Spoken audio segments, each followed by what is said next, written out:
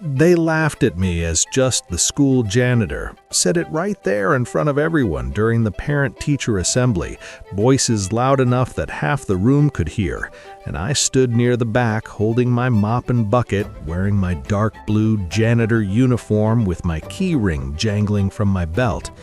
And what they didn't know, what none of those teachers and parents realized, was that the principal was about to walk through that door, and everything they thought they knew about me was going to be turned upside down. I'm 52 years old, been working as the head janitor at Lincoln Middle School in Seattle for 19 years now, and I have short, graying hair that's thinning on top, light stubble on my face because I wake up at 5 every morning and shaving feels like a luxury I don't have time for, tired but kind eyes that have seen thousands of kids grow up and move on, and I wear the same dark blue uniform every day with worn work boots that have walked millions of steps through these hallways. And I carry myself quietly, reservedly, the way you do when you've learned that being noticed usually means being blamed for something.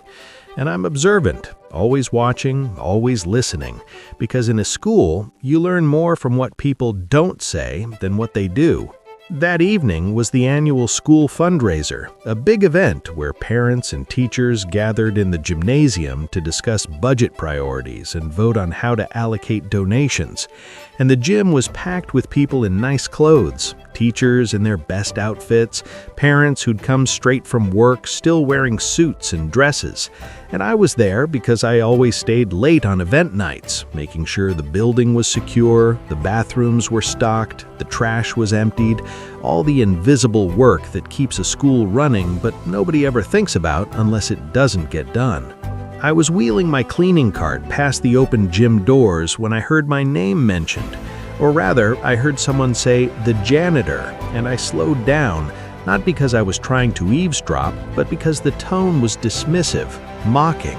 And I've learned over the years that when people talk about you like that, it's worth knowing what they're saying.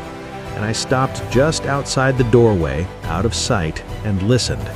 One of the newer teachers, a woman named Miss Reynolds, who'd only been at the school for 2 years, was standing at the front addressing a group of parents, and she was saying, her voice dripping with condescension, "We need to prioritize funding for things that actually matter, like technology and classroom supplies, not maintenance and janitorial services. I mean, how hard is it to push a mop around? We could outsource that work for half the cost and put the savings toward our students." And several parents nodded in agreement, and one of them, a man in an expensive suit who I recognized as the father of one of our 8th graders, said, "Exactly. We're paying way too much for basic labor. The janitor here probably makes more than some of our teachers. And for what? Cleaning floors?" Another teacher, Mr. Phillips, who I'd worked with for over a decade, laughed and said, "To be fair, he does show up on time, which is more than I can say for some people." And everyone chuckled like it was a joke, like my 19 years of service, my reliability, my dedication was just something to laugh about. And Miss Reynolds said, "Showing up on time is the bare minimum. We need to be smart about this. We could hire a cleaning company for a fraction of what we're spending, and frankly, I don't think anyone would notice the difference." And more people nodded, and I stood there in the hallway, hands gripping the handle of my cart so tight my knuckles went white, feeling anger and humiliation wash over me in waves. I wanted to walk in there, wanted to tell them exactly what my job entailed, wanted to list every single thing I did every day that they never saw, never thought about. But I didn't, because I've learned that speaking up when people have already decided you don't matter just makes things worse. So I took a deep breath, turned my cart around, and started to head back down the hallway. And that's when I heard the gym doors open behind me and footsteps approaching, and a familiar voice said, "Michael, wait." I turned around and saw Principal Carter, a woman in her early 60s who'd been running Lincoln Middle School for 12 years, and she had a serious expression on her face, and she said, "I heard what they were saying in there. I need you to come with me." And I shook my head and said, "It's fine, Dr. Carter. I'm used to it. People don't understand what I do." It's not worth making a scene." But she put her hand on my shoulder and said firmly, "It's absolutely worth it. Come on." And she turned and walked back toward the gym, and I hesitated for a moment, then followed her, my heart pounding because I had no idea what she was planning to do. Dr. Carter walked into that gymnasium with purpose, and conversations stopped. People turned to look, and she walked straight to the front where Miss Reynolds was still standing, and she said in a voice that commanded attention, "Excuse me, I need to interrupt for a moment. I couldn't help but overhear the conversation about janitorial services, and I think there's some information this group needs to hear before making any decisions." And the room went quiet, everyone watching, and Miss Reynolds looked uncomfortable, and Dr. Carter gestured for me to come forward, and I walked slowly to the front, feeling every eye in that room on me, feeling my face flush with embarrassment. Dr. Carter looked at the crowd and said, "This is Michael Torres, and yes, he is our head janitor. And before anyone suggests that his position is expendable or that his work is simple, let me tell you what Michael actually does." And she pulled out a piece of paper from her folder, and I realized it was my job description, the official one that nobody ever reads. And she started reading. "Michael arrives at this school every morning at 5 a.m., 3 hours before any teacher or student.